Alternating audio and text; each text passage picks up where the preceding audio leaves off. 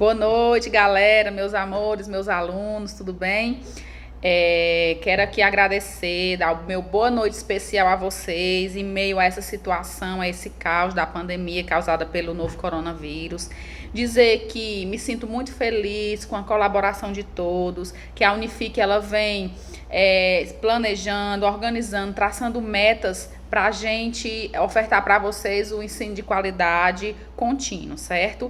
Então, essa modalidade, essa mudança foi necessária, porém, nós vamos seguir. Essa é uma ferramenta altamente estratégica, prática. Conto com a ação, com a ajuda de vocês para a gente seguir nos estudos, certo? No decorrer das aulas, a gente vai aqui ter a aula 3 sobre antropologia e saúde, hoje com os conhecimentos socioantropológicos do processo saúde e doença, dando continuidade. Mais tarde eu postarei aí no sistema de vocês as notas, parabéns, muitas notas boas na AV1. Então a gente vai aqui, sintam-se abraçados, sintam-se em sintonia comigo, com a professora Darielle, que a gente vai falar aqui sobre esse processo antropológico, sociológico do processo saúde e doença, tá bom? Qualquer coisa, depois a gente vai abrir o fórum para vocês tirarem as dúvidas. Mandei aí em anexo o material, os slides com a aula e um livro no qual a gente vai ficar com o capítulo 1 e 2 como atividade de leitura. Então, a gente vai ter o compromisso de toda a aula, quando fechar a aula, a gente fazer a leitura desses capítulos desse livro, que a gente vai treinando essa nossa percepção.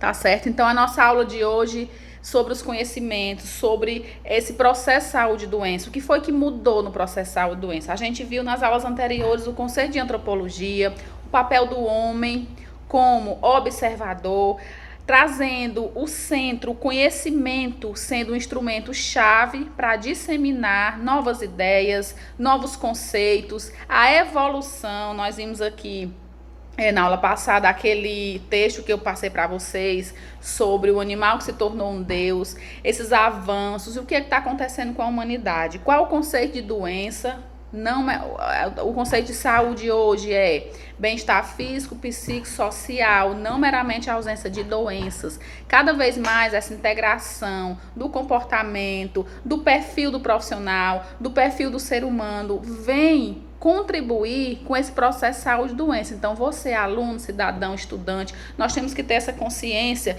de nós, enquanto educadores, enquanto multiplicadores do cuidado, nós temos que ter uma ideia do que está acontecendo, né, na nossa sociedade. O que são as transformações sociais dentro do processo de saúde e doença. Nós temos hoje antropologia da saúde, antropologia do direito, antropologia da educação, antropologia social, antropologia... Então, a gente tem vários conceitos e várias áreas da antropologia que a gente estuda. Então, o processo de saúde e doença, ele é um processo também acometido por um processo de avanço, de mudança, de comportamento, de tempo, que sofre, como a gente falou, sofre influências de determinantes e condicionantes sociais, de religião, cultura, de costumes entre sociedades. Então, a gente viu que o processo de saúde e doença, ele está muito pautado na questão social, na questão ambiental. Eu não posso falar em adoecimento, em cura, em processo de cuidado. A gente viu muito aqui também em sala de aula, nas aulas passadas, a questão do novo modelo de assistência, o novo modelo de atenção à saúde, aquele modelo biomédico, que era aquele modelo tradicional, que tratava só a doença e os fins biológicos do ser humano, que difere hoje desse novo modelo, desse novo conceito da prevenção, da promoção.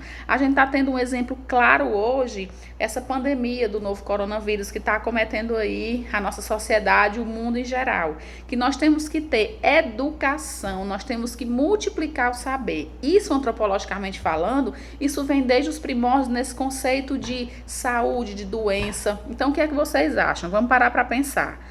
Será que eu, como pessoa, como profissional, vou sempre fazer a mesma coisa?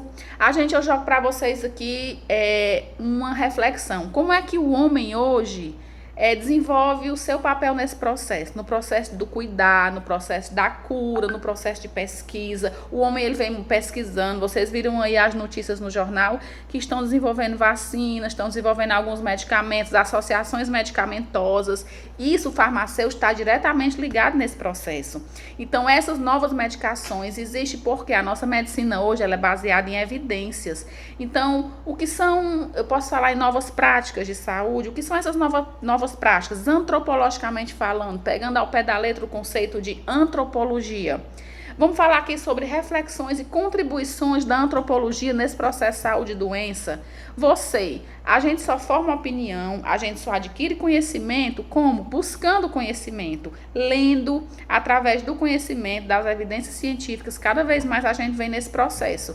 Então, o processo hoje de trabalho, o processo hoje que a gente tem uma diferença da biomedicina versus terapia popular. A antropologia ela é baseada muito, pessoal, em cuidados de tecnologias populares. Por exemplo, a gente viu aqui que o sistema de saúde ele é um sistema agora atualizado, o Sistema Único de Saúde, no qual ele sofreu um processo. O SUS, para ele chegar onde é hoje, ele sofreu um processo desde a sua criação, né, com a Assembleia Nacional Constituinte, com a Constituição Federal, veio por participação popular. Por quê? Porque o pessoal começou a exigir assistência médica, direitos e deveres dos cidadãos. Então, lá naquela época, essa medicina, há 30, 40 anos atrás, essa medicina popular, que era o cuidado centrado na doença, antropologicamente falando, não viam-se os comportamentos das sociedades, o comportamento humano, por que aquela sociedade adoecia, os comunicantes das doenças.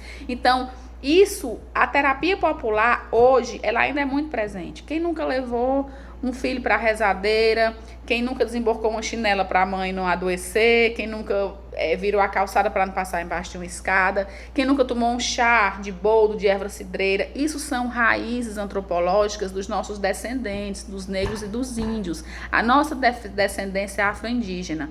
Então hoje, quando a gente fala em biomedicina versus terapia popular, que essa medicina científica, ela sempre conviveu ao lado de práticas populares de cura. Então, desde aquela época, no SUS, a nível de Brasil, quando o pessoal a população não tinha assistência médica, só aqueles que contribuíam, né, na previdência privada, com carteira assinada, então, eles recorriam a quem? Aos curandeiros, às rezadeiras, aos pais de santo, à medicina popular. E isso vem de onde? Está na raiz, na veia da gente, pessoal. Os índios, os negros, eles já se tratavam assim. Então, assim, desde os tempos, como foi que surgiu? Como foi que a antropologia adentrou nesse processo de saúde e doença? O que é que tem a ver a antropologia com o nosso sistema de saúde hoje? Tem tudo a ver, pessoal.